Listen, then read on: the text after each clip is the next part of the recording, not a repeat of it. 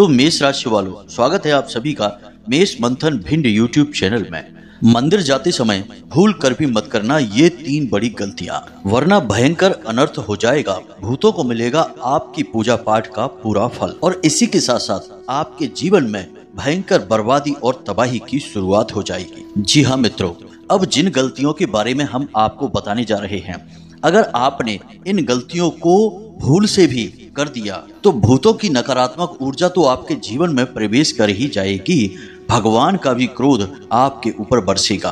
कहने का मतलब यह है कि आपकी पूजा पाठ और आपकी मेहनत का आपको कोई फल तो प्राप्त होगा नहीं, बदले में इसके कई बड़े और भयानक नकारात्मक परिणाम भी आपको भुगतने पड़ेंगे। जी हाँ बंधुओं, कई बार आपने ऐसा देखा और सुना होगा कि लोग अक्सर यह कहते पाए जाते हैं कि हम इतने लंबे समय से मंदिर जा रहे हैं, पूजा पाठ भी करते हैं, सारे विधि विधान भी अच्छी तरह से पूरे करते हैं, फिर भी जीवन में पता नहीं क्यों इतनी भयंकर नकारात्मकता है। हर तरफ केवल परेशानी ही परेशानी है। घर में बीमारियां, दरिद्रता और तकलीफों ने जैसे वास कर लिया है। काम धंधा व्यापार भी सब चौपट होता चला जा रहा है। अब हो सकता है कि आपको हमारी बातों को सुनकर थोड़ा अजीब लग रहा हो, लेकिन हम आपको बता दें कि एक हमारे परिचित के पंडित जी हैं जो नित्य कर्म पूजा पाठ आदि सभी बड़े ही विधि विधान से करते हैं, लेकिन अनजाने में ही उन्होंने इन गलतियों को दोहरा दिया और कुछ समय के बाद ही उनके जीवन में विनाश लीलाएं प्रारंभ हो गईं और बात इतनी अधिक बिगड़ गई कि भूतों की भयंकर नकारात्मक ऊर्जाओं ने उनके घर को चारों तरफ से घेर लिया। अब स्थिति यह है कि उनके एक बेटा और एक बेटी है, जिसमें से एक बेटा जो है उसकी मृत्यु करंट लगने की वजह से हो चुकी है और जो बेटी है वह भी मंद बुद्धि हो चुकी है। उस पर भी तमाम भूत प्रेतों का साया बना रहता है।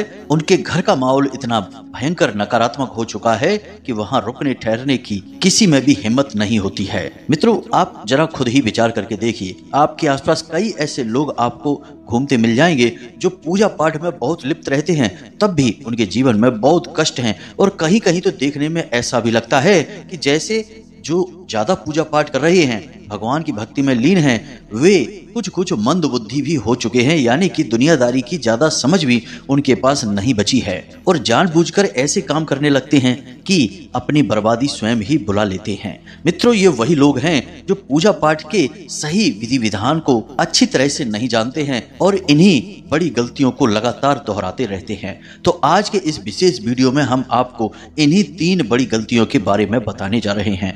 वैसे तो गलतियां और भी बहुत सारी होती हैं, लेकिन वे छोटी गलतियां होती हैं, उनके ज्यादा अधिक दंड प्राप्त नहीं होते हैं, लेकिन इन 3 गलतियों को करने से आपको भयंकर पीड़ाएं प्राप्त होती हैं। अब इस वीडियो को हम आपको इसी समय पर क्यों दे रहे हैं, इसका भी एक बड़ा कारण है कि अब समय ऐसा आ रहा है कि अब लोग लगातार मंदिर जाएंगे। जैसे सावन का महीना नजदीक है, देवशयनी एकादशी आने वाली है और उसके बाद लगातार त्योहार आते चले जाएंगे, जिनमें कि लोग अक्सर मंदिर जाया करेंगे और देवी देवताओं की विधि विधान से पूरे भाव के साथ पूजा पाठ करेंगे। तो ऐसे में हम चाहते हैं कि आप जब मंदिर में जाएं तो इन गलतियों को भूल से भी ना दोहरा दें, वरना भयंकर अनर्थ हो जाएगा। आपके जीवन में जो थोड़ा बहुत सुख बाकी है, जो आपने नई योजनाएं, नए काम भी शुरू किए हैं, वे सारे सुख समाप्त हो जाएंगे और हर एक योजना आपकी असफल होती चली जाएगी और आप इस सब का दोष देवी देवताओं पर और धर्म और पूजा पाठ पर लगा देंगे। आप यही कहेंगे कि हमने इतना पूजा पाठ किया, इतना सब कुछ किया, लेकिन फिर भी भगवान ने हमारी कोई बात नहीं सुनी। तो बस मित्रों, आप अब बेफिक्र हो जाइए और इस वीडियो को पूरा देख लीजिए। जब आप इस वीडियो को अंत तक देखेंगे तो इस वीडियो के माध्यम से आपको ऐसा अद्भुत ज्ञान प्राप्त होगा कि ना केवल नकारात्मक शक्तियां आपसे दूर भागेंगी, बल्कि भगवान की दिव्य शुद्ध सकारात्मक ऊर्जा को आपके जीवन में आने के लिए मजबूर होना ही पड़ेगा। हम आपको ऐसी ऐसी विधियां और ऐसी ऐसी क्रियाएं बता देंगे जिन्हें आपको सच्चे मन से मानना है और उसके बाद आप देखेंगे कि भगवान की कृपा को आपके जीवन में आना ही होगा। आपके दुख तकलीफ कष्ट समाप्त करने ही होंगे और आपकी जो सकारात्मक मनोकामनाएं हैं उन्हें पूरी करना ही पड़ेगा। जी हाँ मित्रों, याद रखना कि भगवान श्री कृष्ण ने गीता में कहा था कि हे पार्थ, भक्त यदि संकल्प कर ले और सच्चे मन और दृढ़ विश्वास के साथ भगवान को याद करे तो वह स्वयं भगवान को भी मजबूर कर सकता है अपने सामने प्रकट होने के लिए। जैसे कि ध्रुव, एक छोटा सा बालक मात्र 5 साल का, लेकिन कठोर संकल्प और दृढ़ इच्छा शक्ति के बल पर स्वयं नारायण को अपने सामने प्रकट होने पर मजबूर कर देते हैं। जी हाँ बंधुओं, तो आज का यह वीडियो बहुत ही सोच विचार और गहरे अध्ययनों पर आधारित है। साथ ही साथ आपकी राशि और कुंडली के ज्योतिषीय आकलन के आधार पर बनाया जा रहा है। इसी वजह से हम आपसे कह रहे हैं कि यह वीडियो आपके लिए प्राणवायु ऊर्जा के समान है। इस वीडियो को ना देखना आपके जीवन की सबसे बड़ी और भयंकर भूल होगी। आपको इस वीडियो को पूरा देखना ही होगा, वरना आपके जीवन में कभी कुछ भी नहीं बदलने वाला है, क्योंकि आप ज्ञान को अस्वीकार कर देंगे और ज्ञान को अस्वीकार करने वाला कभी भी ईश्वर की कृपा का पात्र तो नहीं हो सकता है। जी हाँ बंधु, तो बस आपसे हमारा यही निवेदन है कि इस वीडियो को पूरा देखें, क्योंकि यह केवल और केवल आपके लिए बना है, आपकी जिंदगी से जुड़ा है। तो चलिए मित्रों, आज की इस विशेष वीडियो को शुरू करते हैं। लेकिन इससे पहले हम माता रानी को आभार अवश्य व्यक्त करेंगे। तो कमेंट बॉक्स में लिखेंगे, एक बार नहीं 3 बार, जय माँ भद्रकाली कृपा करो। माता रानी की आपको पूरी कृपा और आशीर्वाद अवश्य ही प्राप्त हो जाएगा, हमें पूर्ण विश्वास है। इसी के साथ साथ माता रानी के इस बहुत ही तुच्छ दास का आपसे एक छोटा सा निवेदन और है कि यदि आप हमारे इस चैनल पर पहली बार आए हैं तो आप इस चैनल को सब्सक्राइब करके बगल में जो घंटी का निशान है उसे भी अवश्य दबा ही दें। ऐसा करके आप हमारे और माता रानी के इस दिव्य परिवार के सदस्य बन जाएंगे। तो चलिए जल्दी से चैनल को सब्सक्राइब करिए, फिर आगे बढ़ते हैं। तो मित्रों, जैसा कि हमने आपको पिछले वीडियो में भी बताया था कि आपकी राशि और कुंडली में शनि और राहु की युति बनी हुई है, जो कि आपको अगले 5 से 6 दिनों तक लगातार परेशान करेगी। तो आपको सावधान रहने की बहुत अधिक आवश्यकता है।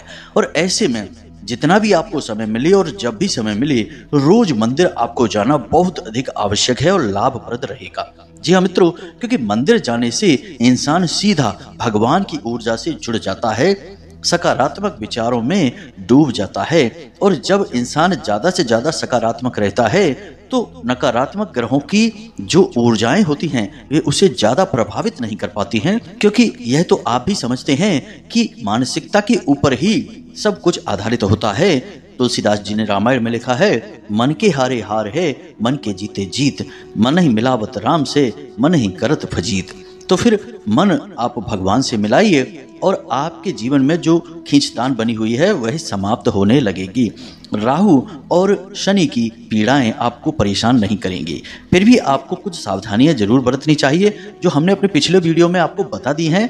खास तौर से रुपए पैसे के लेन देन को लेकर आपको सतर्क रहना है और अपने स्वास्थ्य पर भी आपको विशेष ध्यान देने की आवश्यकता है। अब जब हमने आपको मंदिर जाने की सलाह दे दी है और आप भी मंदिर जाने का मन बनाकर बैठे हैं, तो निश्चित तौर पर आप यह जानने में बिल्कुल उत्सुक होंगे कि मंदिर जाते समय कौन सी ऐसी गलतियां हैं, कौन सी ऐसी बातें हैं जिन्हें नहीं करना चाहिए, जिससे कि भगवान रुष्ट हो सकते हैं और नकारात्मकता आपके साथ आपके घर तक आ सकती है, आपके पीछे लग सकती है। तो चलिए शुरू करते हैं, छोटी छोटी बातों से शुरुआत करते हैं। सबसे पहली बात कि आप जब मंदिर जाते हैं तो मंदिर जाने के लिए आप जो भी समय चुनें, अक्सर इस बात का ध्यान दें कि सुबह या शाम का समय होना चाहिए। कभी भी दोपहर के समय मंदिर नहीं जाना चाहिए, क्योंकि वह भगवान के विश्राम का समय होता है। यह तो बिल्कुल साधारण सी बात हुई, लेकिन एक खास बात है कि आप चाहे किसी भी समय पर मंदिर जाएं, अपनी स्वच्छता का विशेष ख्याल रखें।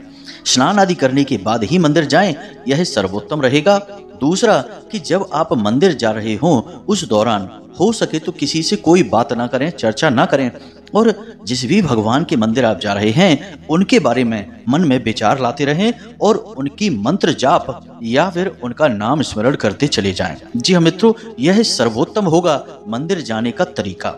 अब जब आप मंदिर पहुंचे तो वहां पर भी आपको कुछ ख्याल रखने हैं। जैसे कि आप जब मंदिर पहुंचेंगे तो आप जैसे ही भगवान के दर्शन करेंगे उन्हें प्रणाम तो करेंगे ही, मंदिर में लगी घंटी को भी बजाएंगे, लेकिन घंटी को बजाने के बाद थोड़ी देर के लिए आपको वहां रुकना है। एक बात आप अपने दिमाग में अच्छी तरह से बैठा लें कि मंदिर कभी भी जल्दबाजी में आपको नहीं जाना है। पूरा समय निकाल कर ही मंदिर आपको जाना है। ऐसा नहीं कि सीधे गए और दर्शन किए और भागे भागे चले आए, ऐसा नहीं करना है। दूसरी बड़ी गलती जो लोग अक्सर कर देते हैं कि मंदिर में कोई ना कोई जान पहचान वाले लोग मिल ही जाते हैं, तो अक्सर हमने देखा है कि लोग उनसे गप्पे लड़ाने में व्यस्त हो जाते हैं। उन्हें ऐसा लगता है कि वे मंदिर में भगवान के दरबार में बैठे हैं तो अपनी आपस में कितनी ही गप्पे हाँकें कोई फर्क नहीं पड़ता है, लेकिन यह बहुत अधिक गलत होता है। आप मंदिर में चाहे किसी भी जान पहचान वाले से मिलें, लेकिन आपको उससे कोई चर्चाएं नहीं करनी है। जितना जरूरी है उतनी बात करें, या फिर हो सके तो बात ना ही करें, यह सर्वोत्तम तरीका होगा। केवल भगवान के दर्शन करें, भगवान के विग्रह का दर्शन करें और अपने मन और मन के विचारों को भगवान को समर्पित करें और उनसे अपने मन की व्यथा सुनाएं, अपनी परेशानियां बताएं। कुल मिलाकर कहने का मतलब यह है कि उनसे ही रिश्ता बनाने की कोशिश करें, दुनियादारी से रिश्ता ना बनाएं। मंदिर आप आए हैं भगवान के लिए, तो भगवान से ही रिश्ता बनाएं। दुनियादारी के चक्कर मंदिर के बाहर ही छोड़कर मंदिर में प्रवेश करें, यह सबसे जरूरी है। अब मित्रों, यहाँ पर भी एक छोटी सी गलती लोग अक्सर करने लगते हैं कि जो लोग रेगुलर मंदिर जाते हैं, यानी कि उनका मंदिर जाने का रोज का नियम है, तो वे भगवान की पूजा पाठ और भगवान पर भी अपना अधिकार समझने लगते हैं और दूसरे लोगों को हीन समझने लगते हैं और भगवान के मंदिर को अपनी निजी संपत्ति समझकर लोगों की छोटी छोटी गलतियों पर उन्हें जोर से डांटने लगते हैं, उनका अपमान करने लगते हैं। और कभी कभी तो हमने देखा है कि क्रोध में एकदम लाल हो जाते हैं। किसी ने जरा सी छोटी सी कोई गलती कर दी तो उसको इतनी बुरी तरीके से डांटते और लताड़ते हैं जैसे कि उसने कोई महापाप कर दिया हो। मित्रों, यह भी एक तरह का अभिमान है। जी हाँ मित्रों, इसे सत अभिमान कहा जाता है। जैसे कि सात्विक लोगों को अपनी पूजा पाठ और धर्म कर्म और नित्य कर्म का अभिमान हो जाता है, ठीक वैसे ही अमीर लोगों को अपनी दौलत का अभिमान हो जाता है और राजा महाराजाओं को अपने राज्य क्षेत्र और शक्ति का अभिमान हो जाता है। तो आपको यह नहीं करना है। यदि कोई गलती करता है तो उसे आप प्रेम से समझाइए। किसी का अपमान करने का अधिकार आपको नहीं है, वह भी भगवान के सामने तो आप किसी से ऊंची आवाज में बात नहीं कर सकते हैं। यह तो सीधे सीधे भगवान का ही अपमान हो गया। अब कुछ जरूरी बातें हैं जिन्हें और आपको याद रखना है। मंदिर में प्रवेश करते ही आपको अपने सिर पर कपड़ा जरूर डाल लेना है, यह पहला नियम है। दूसरा, अपने मोबाइल फोन को स्विच ऑफ कर लें या साइलेंट कर लें।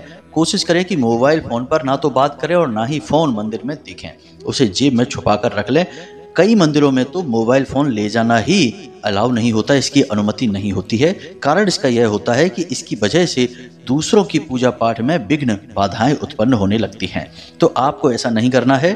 फोन को अपनी जेब में ही रखें, बंद करके उसे रख लें कुछ समय के लिए। यह तो मंदिर जाने के छोटे छोटे नियम हो गए। अब हम आपको बड़े नियम बताते हैं जो कि सीधे भगवान की पूजा पाठ और आराधना से जुड़े हुए हैं। फिर आपको हम उन 3 भयंकर गलतियों के बारे में बताएंगे जिन्हें आपको भूल से भी नहीं करना है, एक बार भी नहीं करना है।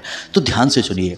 जब भी आप मंदिर में पहुंचे और भगवान के विग्रह का दर्शन करें और किसी प्रकार की पूजा पाठ अनुष्ठान करें तो आसन जरूर बिछाएं। बिना आसन बिछाए या खड़े खड़े की गई पूजा का कोई फल प्राप्त नहीं होता है। जी हाँ मित्रों, याद रखना, हमने कई बार देखा है कि लोग मंदिर में जाते हैं और खड़े खड़े ही हनुमान चालीसा का पाठ करने लगते हैं, खड़े खड़े ही ओम नमः शिवाय मंत्र का जाप करने लगते हैं। यह भगवान का अपमान है मित्रों। वैदिक संस्कृति और विधान तो यही कहते हैं कि अगर आपको भगवान से लौ लगानी है तो पहले आपको आसन बिछाना होगा, उसके ऊपर सुखासन पर बैठना होगा आलती पालती मार के, और आंखें बंद करके भगवान को पहले ध्यान करना होगा, उन्हें अपने मन में लाना होगा। उसके बाद फिर आप किसी प्रकार का जाप या फिर कोई चालीसा पाठ वगैरह कर सकते हैं, तभी यह फलदायी होता है। अब मित्रों, एक बात और ध्यान से समझिए कि जिस प्रकार आप मंदिर में आए हैं भगवान की पूजा करने के लिए, उसी प्रकार कई प्रकार की पराभौतिक शक्तियां होती हैं जो आपके साथ आपके आसपास घूम रही हैं और आपकी ऊर्जा को जो आपने पूजा पाठ करके प्राप्त की है उसे चुराना चाहती हैं। जी हाँ मित्रों, इसका भी विधान होता है। मान लीजिए आपने कोई आसन बिछाया और उस आसन पर बैठकर आपने हनुमान चालीसा का पाठ कर लिया। अब हनुमान चालीसा का पाठ करने से जो हनुमान जी की सकारात्मक ऊर्जा आपके अंदर प्रवाहित होने लगी है, अब उस ऊर्जा को चुराने का प्रयास करेंगे लोग। अब वे कौन है जो ऊर्जा को चुरा सकते हैं? तो देवराज इंद्र। जी हाँ मित्रों, देवराज इंद्र पूजा पाठ के फल को चुराने में बहुत मशहूर हैं। तो उनसे कैसे मुक्ति प्राप्त की जाए? दूसरा, कई प्रकार के प्रेत अन्य पराभौतिक योनियों वाले जीव होते हैं जो हमेशा अदृश्य रूप में आपके आसपास घूमते हैं और आपकी पूजा के फल को चुराना चाहते हैं। तो ऐसे में आपको जिस आसन पर आप बैठे हैं उस आसन पर पूजा समाप्त होने के बाद जब आप उठें तो उसे फोल्ड करके साइड में कहीं रख दें, उसे बिछा हुआ ना छोड़ें। यदि आपने बिछा हुआ छोड़ दिया तो आपकी पूजा का फल कोई और ले जाएगा।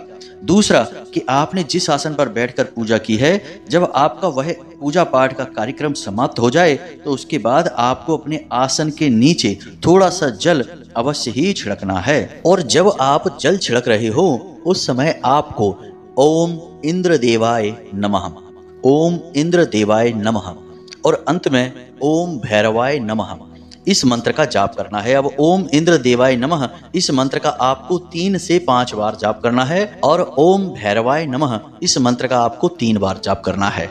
ऐसा करेंगे तो इंद्रदेव आपकी पूजा का फल वहीं छोड़ देंगे आपके लिए, उसे चुराएंगे नहीं। यदि आपने ऐसा नहीं किया तो निश्चित तौर पर आप कितनी ही पूजा पाठ करिए, आपकी पूजा का आपको कोई फल प्राप्त नहीं होगा।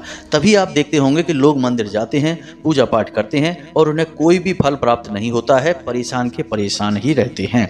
मित्रों, हम आपको गारंटी के साथ लिख कर दे सकते हैं कि यदि आपने सही विधि विधान के साथ बिना किसी गलती किए भगवान की पूजा की है तो उसका आपको फल मिलेगा ही मिलेगा। दुनिया की कोई ताकत उसे रोक नहीं सकती है, बस आपको गलतियां नहीं करनी है। अब एक और छोटी सी बात है, इसे भी थोड़ा सा ध्यान में रखें कि कभी भी मंदिर में भगवान की पूजा करते समय कोई मंत्र जाप या नाम उच्चारण या जो भी आप विधान से पूजा कर रहे हैं उसे करते समय भगवान की मूर्ति या विग्रह के ठीक सामने कभी भी ना बैठें, थोड़ा सा बाईं ओर या दाहिनी ओर हट कर बैठें। जी हाँ मित्रों, बिल्कुल ठीक सामने आप कभी भी ना बैठें, यह बहुत ज्यादा गलत हो जाता है। इसी के साथ साथ आपको इस बात का भी ख्याल रखना होगा कि जब भी आप भगवान की पूजा करें तो बिना संकल्प के कभी भी कोई भी पूजा ना करें। बिना संकल्प लिए यदि आप पूजा करते हैं तो वह फलित ही नहीं होती है। जी हाँ मित्रों, जैसे कि आप हनुमान चालीसा का पाठ करने जा रहे हैं तो आप उस हनुमान चालीसा के पाठ से पहले संकल्प अवश्य किया करें। अब संकल्प करने के लिए बिल्कुल छोटी सी विधि है, कोई ज़्यादा बड़ा इसमें क्रियाकलाप नहीं है। वैसे तो नियम संस्कार तो बहुत है, लेकिन छोटा सा नियम है जो आप माने। और इस नियम के लिए आपको क्या करना है कि अपने आसन पर बैठकर भगवान के दर्शन करते हुए अपने हाथ पर थोड़ा सा जल लेना है, एक पुष्प लेना है और अपना नाम लेना है और अपनी मनोकामना बतानी है और अपना जो आप पूजा पाठ कर रहे हैं, अनुष्ठान कर रहे हैं, उसके विषय में बताना है और भगवान से निवेदन करना है कि आपकी पूजा पाठ सफल हो और आपको उस पूजा का पूरा फल प्राप्त हो जाए। बस इतना सा करके उस जल को और पुष्प को जमीन पर छोड़ देना है और उसके बाद आप अपनी पूजा को प्रारंभ करें। मित्रों, नियम और विधान तो यही कहता है कि बिना संकल्प के पूजा पाठ कभी भी सिद्ध नहीं होती है, तो संकल्प लेकर ही पूजा करें। और दूसरा कि यदि आप किसी विशेष पूजा पाठ अनुष्ठान को मंदिर में कर रहे हैं तो कोशिश यह करें कि खुद को किसी को छुआएं ना। जी हाँ मित्रों, कहने का मतलब यह है कि आपने मानकर चलिए कि हनुमान चालीसा का 108 चालीसा का अनुष्ठान किया है या फिर आपने कोई विशेष मंत्र जाप का अनुष्ठान मंदिर में किया है, तो फिर किसी को भी छुए ना। जी हाँ मित्रों, जब तक कि आप मंदिर से निकलकर अपने घर तक आ जाएं तब तक बीच में किसी भी व्यक्ति को किसी भी प्रकार से स्पर्श ना करें, दूर ही रहें उससे। क्योंकि जब बड़े अनुष्ठान किए जाते हैं उस समय दिव्य ऊर्जा आपको चारों ओर से घेर लेती है और आपकी खुद की बॉडी के अंदर ऊर्जा का तीव्र प्रवाह होता है। तो ऐसे में यदि आप किसी को छूते हैं तो आपकी वह ऊर्जा किसी अन्य व्यक्ति के अंदर प्रवाहित हो सकती है, या फिर यदि कोई व्यक्ति नकारात्मक है तो आपकी ऊर्जा दूषित हो सकती है। कहने का मतलब यह है कि आपका अनुष्ठान खराब हो सकता है। तो यह तो थी छोटी छोटी सी बातें। अब हम आपको बताते हैं उन 3 मूल बड़ी गलतियों के बारे में। मित्रों, इन 3 बड़ी गलतियों को बताने से पहले जो हमने आपको छोटी छोटी बातें बताई हैं, इन्हें भी आपको जानना बहुत अधिक आवश्यक है। यदि इनमें से कुछ बातें आपको पता हैं तो जो अन्य बातें भी हमने आपको बताई हैं उनका भी आपको पूरा ख्याल रखना है, तभी आपकी पूजा सिद्ध होगी। तो चलिए अब बात करते हैं उन 3 बड़ी गलतियों के बारे में। तो मित्रों, शिव पुराण कहता है कि भगवान के मंदिर में उनके पीछे की ओर, यानी भगवान का जो गर्भगृह है उसके पीछे की ओर का जो भाग होता है वह भूत प्रेतों का और नकारात्मक ऊर्जाओं का भाग होता है। इसीलिए आपने किसी भी मंदिर में पीछे की ओर रुकने की कोई व्यवस्था नहीं देखी होगी। जैसे कि मंदिर कितना ही बड़ा क्यों ना हो, लेकिन मंदिर में जब फेरी लगाते हैं, यानी कि जो गर्भगृह होता है उसकी फेरी लगाते हैं, तो बीच में रुकने का कोई स्थान नहीं होता। सीधे मंदिर के सामने से फेरी को शुरू करेंगे और सामने ही आकर खत्म करेंगे। लेकिन ऐसे में भी कुछ लोग यह गलती करते हैं कि फेरी लगाते समय गर्भगृह के पीछे भी भगवान को प्रणाम करने लगते हैं, गर्भगृह को स्पर्श करने लगते हैं, यह बहुत बड़ी गलती होती है। उस स्थान पर आपको बिल्कुल भी नहीं ठहरना है, भगवान को प्रणाम नहीं करना है और ना ही गर्भगृह को स्पर्श करना है। यदि आप ऐसा करते हैं तो आप समझिए कि वह स्थान तो भगवान ने भूत प्रेतों को दे रखा है, नकारात्मक ऊर्जाओं को दे रखा है, तो वहां से आपके साथ कौन चलेगा? नकारात्मक ऊर्जाएं चलेंगी। जी हाँ मित्रों, याद रखना कि चाहे भगवान के लिए इंसान हो, चाहे भूत प्रेत हो, चाहे कितनी ही नकारात्मक या सकारात्मक ऊर्जाएं हो, भगवान से ही सारी ऊर्जाएं उत्पन्न होती हैं और भगवान में ही समाहित हो जाती हैं। इसलिए भगवान के लिए इन सब ऊर्जाओं में कोई भेद नहीं है, उनके लिए सब समान हैं। तो नकारात्मक ऊर्जाओं का स्थान भी भगवान ने तय कर रखा है कि इस स्थान पर नकारात्मक ऊर्जाएं रह सकती हैं। तो मंदिर का जो पीछे का भाग होता है या गर्भगृह का जो पीछे का भाग होता है, वह नकारात्मक ऊर्जा का भाग माना जाता है। इसलिए उस स्थान पर बिल्कुल भी न रुकें, गर्भगृह के स्पर्श ना करें, भगवान को प्रणाम ना करें। फेरी लगाना है तो सीधे जाएं, फेरी लगा के वापस आ जाएं। इस गलती को ना करें। यदि आपने यह गलती कर दी तो आपकी पूजा पाठ का पूरा फल वहीं समाप्त हो जाएगा। और उस फल को कौन ले लेगा? वही नकारात्मक शक्तियां जो वहां रहती हैं। यह तो है आपकी पहली गलती। अगर आप इस गलती को करते हैं तो भूल कर भी अब इस गलती को ना दोहराना, वरना अनर्थ हो जाएगा। अब दूसरी गलती, मानकर चलिए आप मंदिर जाते हैं और मंदिर से वापस आ रहे हैं अपने घर के लिए। तो जब आप घर वापस आ रहे हैं उस समय गलती से भी आपको मुड़कर पीछे नहीं देखना है। आप मुड़कर पीछे भगवान के भी दर्शन नहीं कर सकते हैं। अब इसके पीछे क्या विधान है यह भी आप समझिए।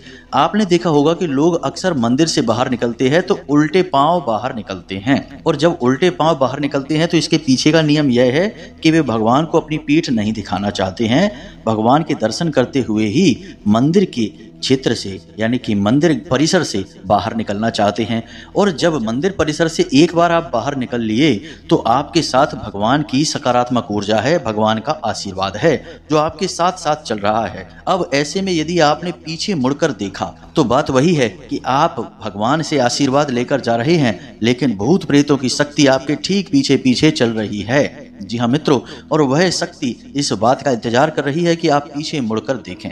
और जैसे ही आपने पीछे मुड़कर देखा, आपका आशीर्वाद, आपकी पूरी पूजा पाठ का फल वे शक्तियां ले जाएंगी। जी हाँ मित्रों, अब आप चाहे इस बात को माने या ना माने, लेकिन शिव पुराण ही इस बात को कहती है कि जब भी भगवान के मंदिर जाएं और वहां से वापस आएं तो कभी पीछे मुड़कर ना देखें, भगवान का नाम स्मरण करते हुए ही अपने घर तक वापस आएं।